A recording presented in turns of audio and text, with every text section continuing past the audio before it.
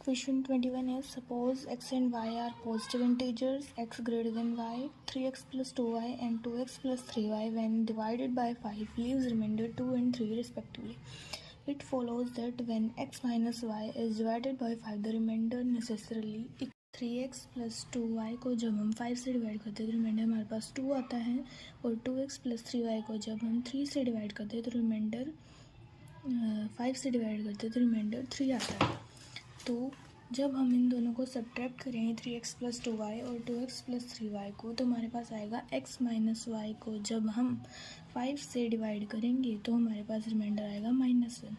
अब -1 है तो हम नेगेटिव अगर रिमाइंडर हमारे पास आता है तो हम उसको पॉजिटिव करने के लिए जिस नंबर से डिवाइड कर रहे हैं उसमें रिमाइंडर में वो नंबर ऐड कर दें। रिमाइंडर हमारा है -1, रिमाइंडर को पॉजिटिव करने के लिए हम जिससे डिवाइड कर रहे हैं उसमें रिमाइंडर में ऐड करें तो 5 माइनस 1 इज़ 4, तो रिमाइंडर हमारा आ जाएगा 4। क्वेश्चन नंबर 22 क्या कह रहा है? The number of different solutions x y z of the equation x plus y plus z is equal to 10 where each of x y and z is a positive integer. So अब हमें ये दिया हुआ है कि x plus y plus z is equal to 10 है, और हमें बोला हुआ है कि x वाई जेड क्या है, पॉजिटिव इंटीजर्स। तो इसमें हम एक बाइनोमियल का फॉर्मूला है वो लगाएंगे इसके सॉल्यूशंस के लिए। पॉजिटिव इंटीजर मतलब x वाई जेड की वैल्यू 0 नहीं होगी, ठीक है। तो इसके लिए हमारे पास फॉर्मूला होता है बाइनोमियल में, हम इसको generally x plus y plus z is equal to ये n होता है, और इसका फॉर्मूला होता है हमारे पास n minus 1 C R minus 1। R होंगे ये नंबर ऑफ ये टर्म्स, ठीक है। तो यहाँ पर हमारा n की वैल्यू है 10 माइनस 1 सी, आर क्या है हमारा 1 2 3 टर्म्स है 3 माइनस 1, तो इसकी वैल्यू होगी हमारी 9c2। एन से आर की बस प्रॉपर्टी लगानी है, 9 factorial divided by 2 factorial into 7 factorial. इसको सॉल्व करेंगे, आंसर हमारे पास 36 आ जाएगा।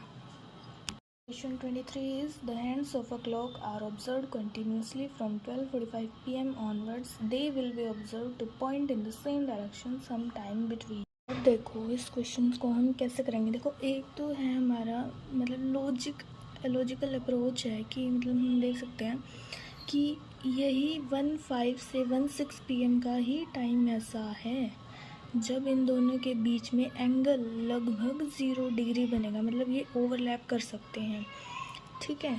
और क्योंकि 13 पे तो ये मिनट वाली तो यहाँ पे होगी और ये यहाँ पे होगी आवर्स वाली, तो मतलब सिर्फ यही टाइम है 7:05 to 16 PM का जब ये ओवरलैप कर सकते हैं, ठीक है। अब मेथड देखते हैं हम इसको कि किस मेथड से कर सकते हैं, इसको कैसे कर सकते हैं। अब देखो कि जो आर हैंड है हमारा वो 60 मिनट्स में 360 डिग्री का एंगल कवर कर रहा है, तो पर मिनट वो कितना एंगल कवर करेगा 6 डिग्री। तो आर हैंड मिनट हैंड पर मिनट 60 डिग्री का एंगल कवर कर रहा है, और आर हैंड हमारा 12 आवर्स में 360 डिग्री कवर करेगा, तो मिनट्स में कन्वर्ट करेंगे 12 इंटू 60 360 डिग्री, तो पर मिनट ये 360 डिवाइडेड बाय 12 इंटू 60 0.5 डिग्री का एंगल कवर करेगा। मतलब आर हैंड जो हमारा है वो पर मिनट 0.5 डिग्री का एंगल कवर करेगा, ठीक है।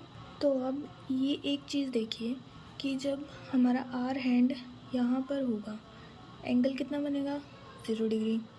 जब हमारा आर हैंड 1 पे होगा तो एंगल बनेगा 30 डिग्री, 2 पे होगा तो एंगल बनेगा 60 डिग्री।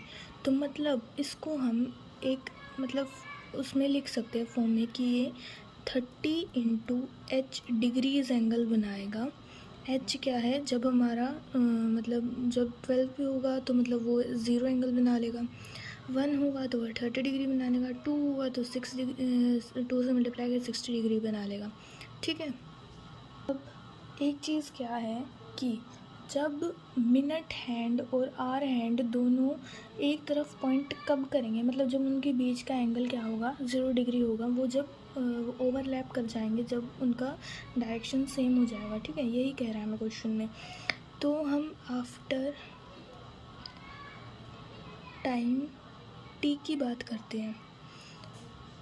12 से जो आर हैंड का एंगल बनेगा वही मिनट हैंड का एंगल बनेगा, क्योंकि हमें कह रहा है कि वो दोनों ओवरलैप कर रहे हैं।